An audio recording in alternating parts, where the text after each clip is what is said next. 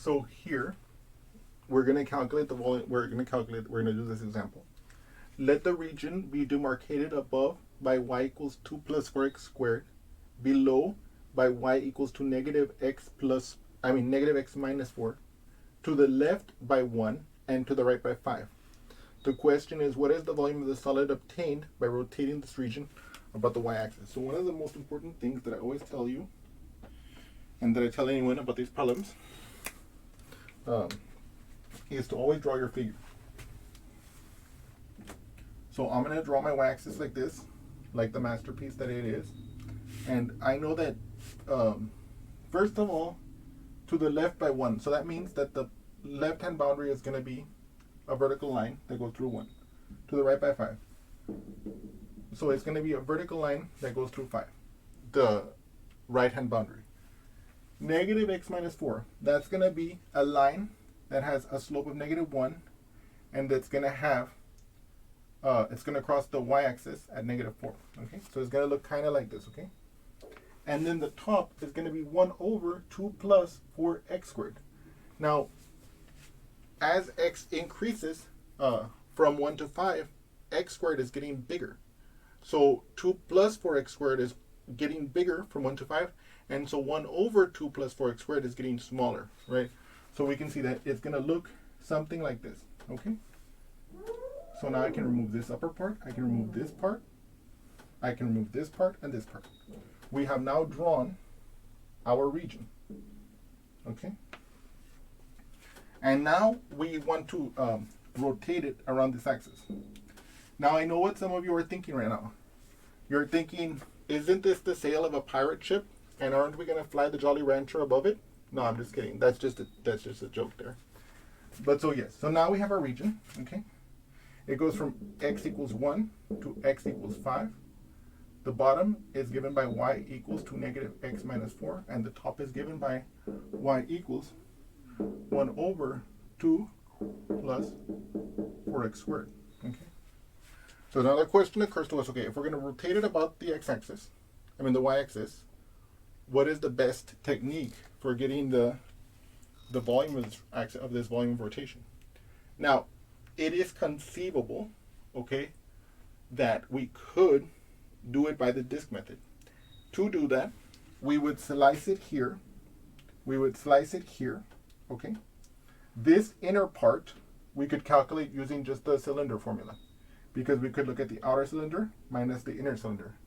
Then we would have to calculate this upper part by getting this curve in terms of x, using the disk method on that, and then subtracting the volume of this inside, the hollow on the inside, using the volume of the cylinder formula. And then down here, we could take the outer volume minus the inner volume if we solve this line equation for x, and we use the disk method in there. Okay? Now, just saying that out loud is like a catastrophe. So you know we're not going to do it that way. Now, if you want to do it like that for fun, and it's a great exercise, by the way, I encourage you to do so. Well, no, I don't encourage you to do so because it would be a nightmare. But if you want to do it for your own curiosity, I will not stop you. And if you and of course it would be a helpful exercise. I'm not going to lie to you that it would be torture or something like that. It's a helpful exercise. But it's maybe not the best exercise to do. Having essentially eliminated the disk method, not out of impossibility, but out of the tediousness of it, right? We can proceed to what this problem is best solved by, and that is by shells. You can see that if I look at the x-axis, well, it's an optical illusion there. Okay, so if I look at the x-axis, I can see, aha, for any value x, that's the distance from the axis of rotation. And I can easily calculate the height. The height of this sheet will be 1 over 2 plus 4x squared minus negative x minus 4, right? So I'm going to use cylindrical shells. So we remember that the volume of cylindrical shells formula is going to be the volume from A to B of 2 times pi times our radius of x, a function that gives us the radius for the input x, where x, of course, is somewhere along the interior of the region in terms of the interval. The f of x, which gives us the height of the sheet at that particular x value. In this case, you can see that the f of x will be this minus this. Okay. So and of course here our a and b are 1 and 5 respectively. So I can plug into our formula and I get, okay, and let me pull out my 2 pi first.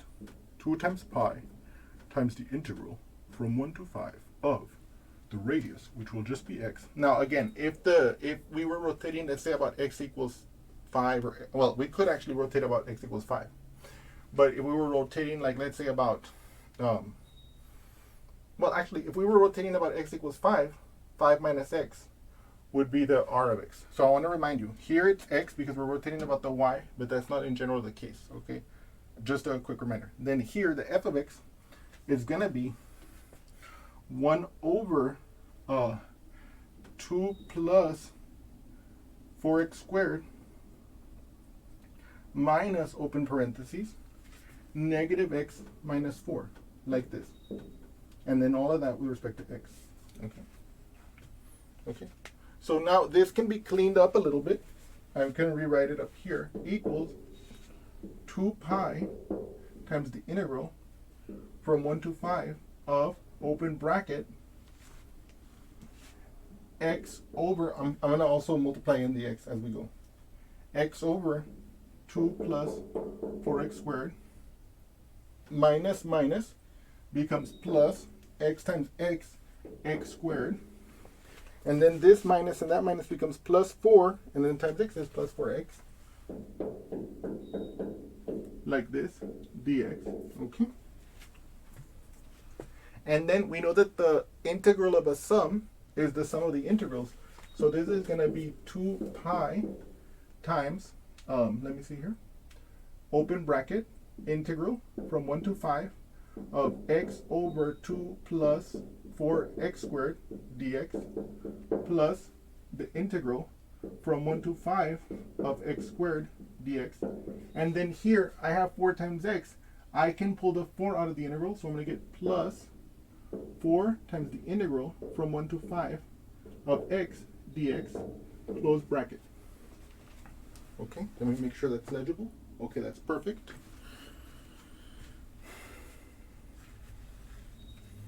And then in this form, we're going to have to calculate the integral, which we do some now. Poof, some magic, okay?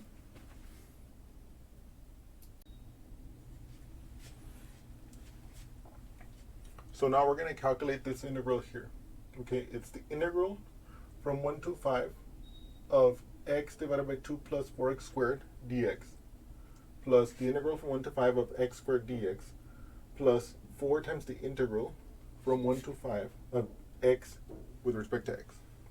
Okay, now you know that these two integrals are straight applications of the power rule. Well, what's going on here? Okay, so we look at it. Let's look at it here, zoomed in. It's going to be the integral from 1 to 5 of x over 2 plus 4x squared dx. Now, one of the things you might think of right away is, aha, I know what it is. The integral from 1 over 1 plus x squared dx, which gives me the arctangent of x plus integration constant c. Okay?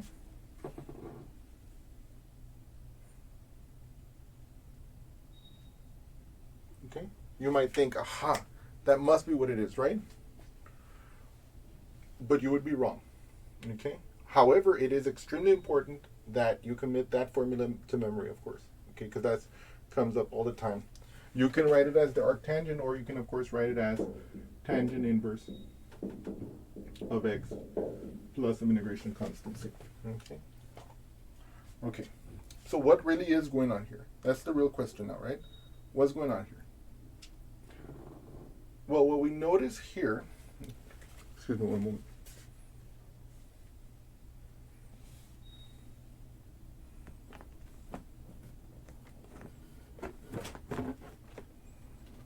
Okay, much better. Sorry about that. What we notice here is this. Aha.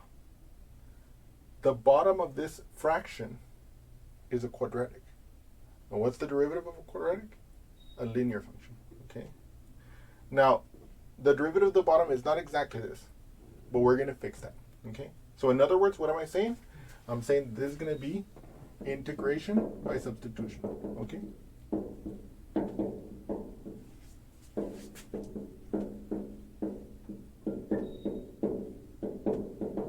Okay, so I'm going to use this bottom as my as what I'm going to substitute. I'm going to let u equal my denominator, 2 plus 4x squared.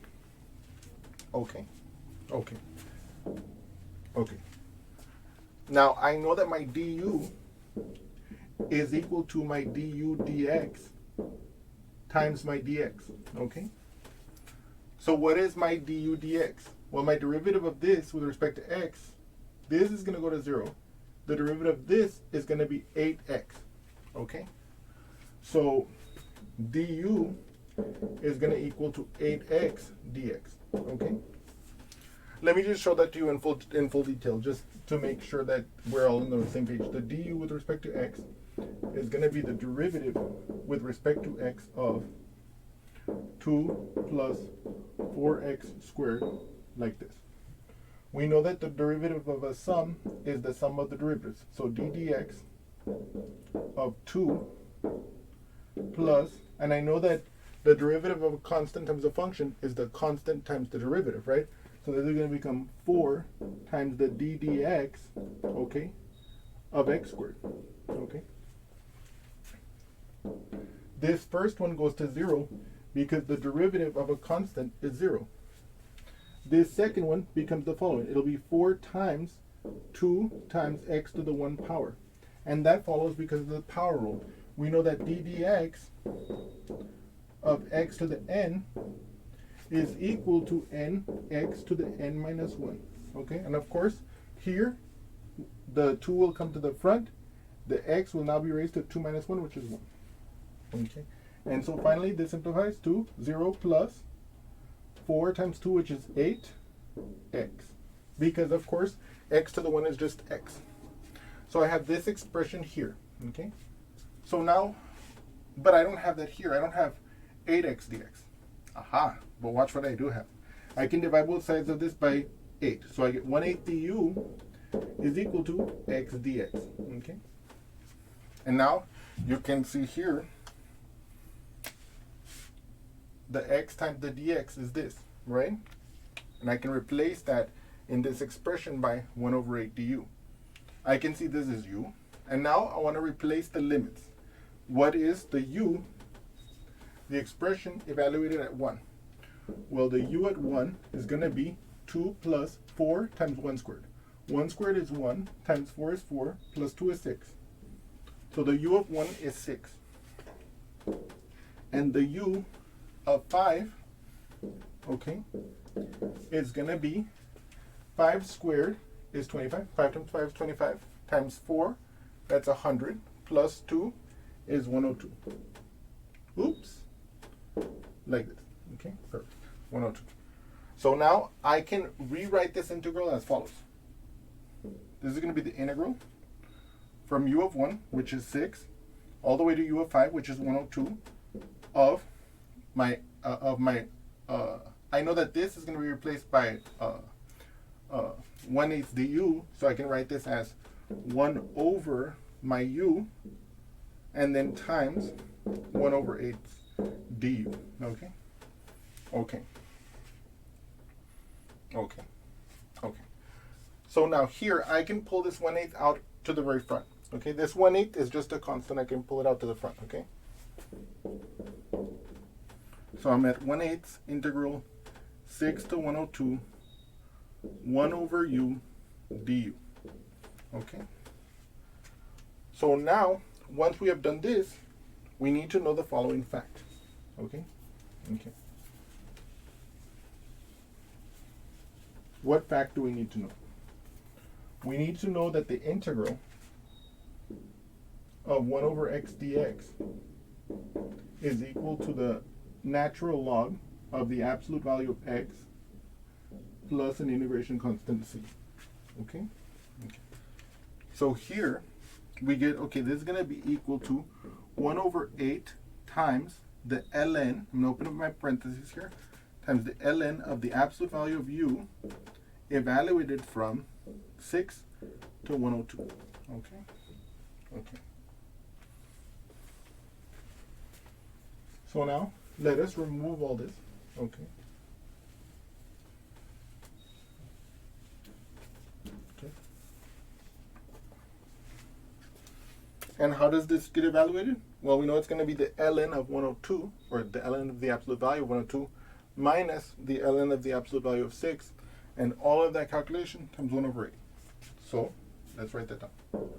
So it'll be 1 over 8 times, open bracket, the ln of the absolute value of 102 minus the ln of the absolute value of 6, like this. Okay. Now, 102 and 6 are both positive, so we can just get rid of the absolute values.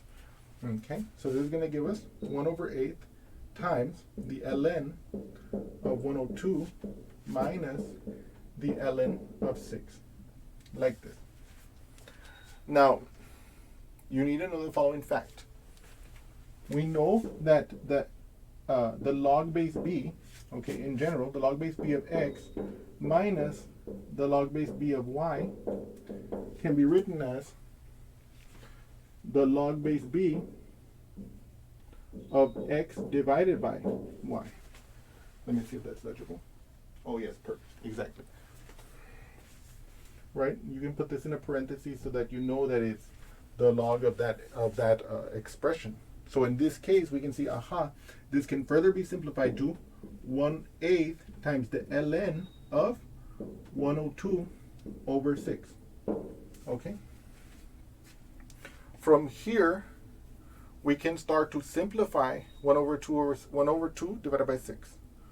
So first of all, believe it or not, they're both divisible by 3. So I could divide it by 3 on top and bottom. But they're also both divisible by 2, because the 102, okay, so let me tell you how I knew that. Number one, I knew that the 102 on top and the 6 on the bottom were divisible by 3. The 6, because I know that it's 3 times 2, the 6.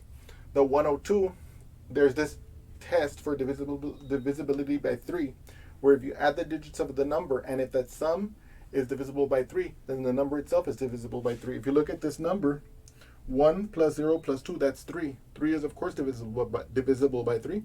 So I know that the numerator is divisible by 3. I know that the top and bottom are divisible by 2, because 3 times 2 is 6. So it's obviously divisible by 2, because 2 times 3 is 6.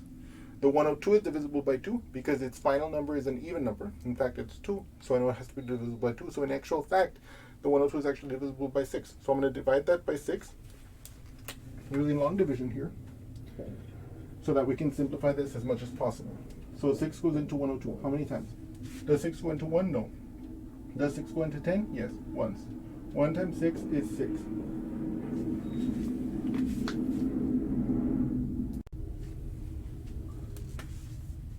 I know that 0 minus 6, I can't do that, but I can borrow from this. This becomes a 0. This becomes a 10. 10 minus 6 is 4. And then I bring down my 2. Then I ask myself, how many times does 6 go into 42? It goes in 7 times. 7 times 6 is 42. And I can see that that leaves me with 0 remainder. So finally, I get that this is 1 over 8 times the ln of 17. Okay? And so we could, and in fact, in our case, we are going to leave the solution of this integral as 1 over 8 ln of 17. Okay. So I know that this integral is 1 over 8 ln of 17. And then what I'm going to do now is I'm going to bring down these over here. Okay. So that I don't forget that I'm doing these other calculations over here. Okay. So plus the integral from 1 to 5 of x squared dx plus 4 times the integral from 1 to 5 x dx. Okay. Okay. So let's look at this together. Okay.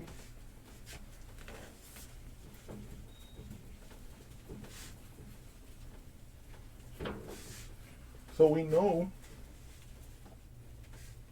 that except for n equals 1, so the integral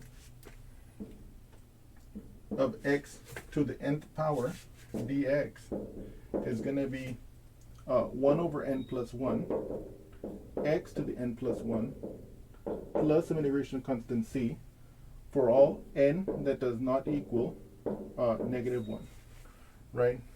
Because we saw that for n equals negative 1, that's exactly in this case the 1 over x. But so here you can see, aha, this one and this one will be using the second, well, not the second, we'll be using the power rule.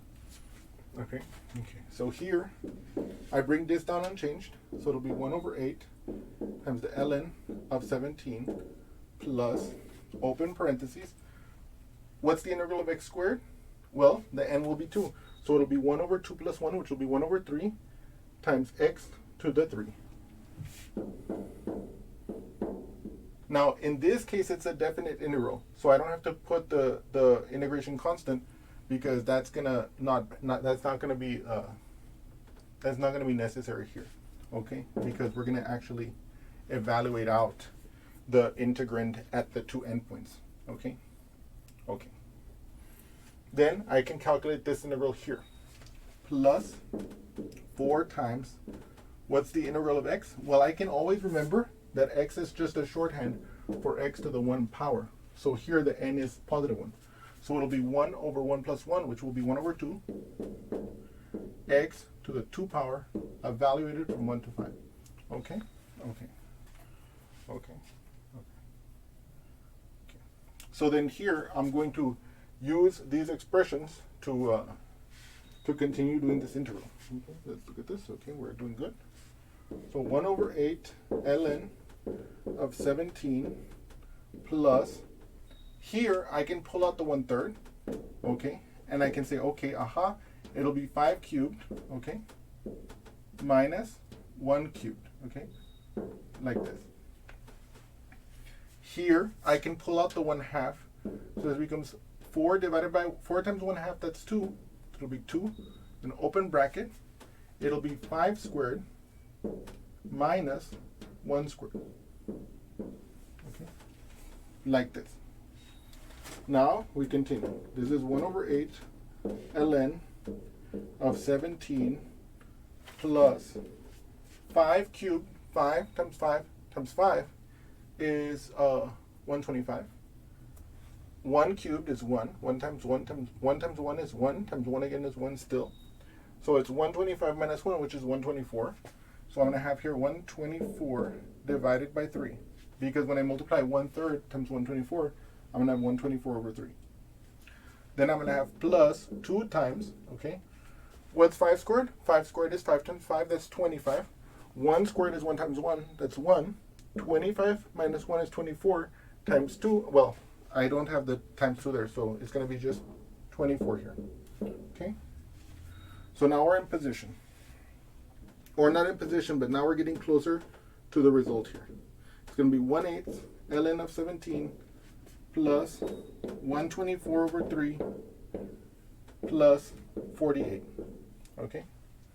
Now you might say, David, can I combine these so that I can at least, so I can make it look as in as simplified a form as possible? And of course the answer is yes. What I would do is I would rewrite this 48 as 48 over 1, so it's a fraction. And to have these two have the same common denominator, in this case 3, I would multiply the top and bottom of this by 3, like this. So then I would have, okay, this is 1 over 8 ln of 17 plus something over 3, okay? So I'm going to have to add these numerators. The first thing I'm going to have to do is I'm going to have to find out what 48 times 3 is. Now, if you're super fast, you might realize that's 140. Well, that's 144, but I'm not that fast. Okay, so what I'm going to do is I'm going to multiply it here on the paper. Okay, 3 times 8, 8, 16, 24. So you bring down the 4 and you carry the 2. 3 times 4 is 12 plus 2. That's 14, and that's 144. Now, so that's on top of this. So it's going to be, let's say 124 plus 144 here, okay, when I'm adding these two. So now let's add 124 to it. 4 plus 4 is 8. 4 plus 2 is 6. 1 plus 1 is 2, okay. Oh, okay. So then that allows us to finally simplify this to 1 over 8 ln of 17 plus 268 over 3. Okay?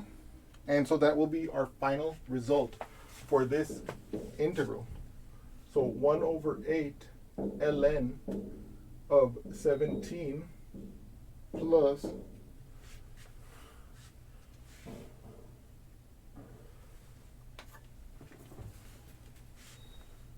268 over 3. Okay? Okay.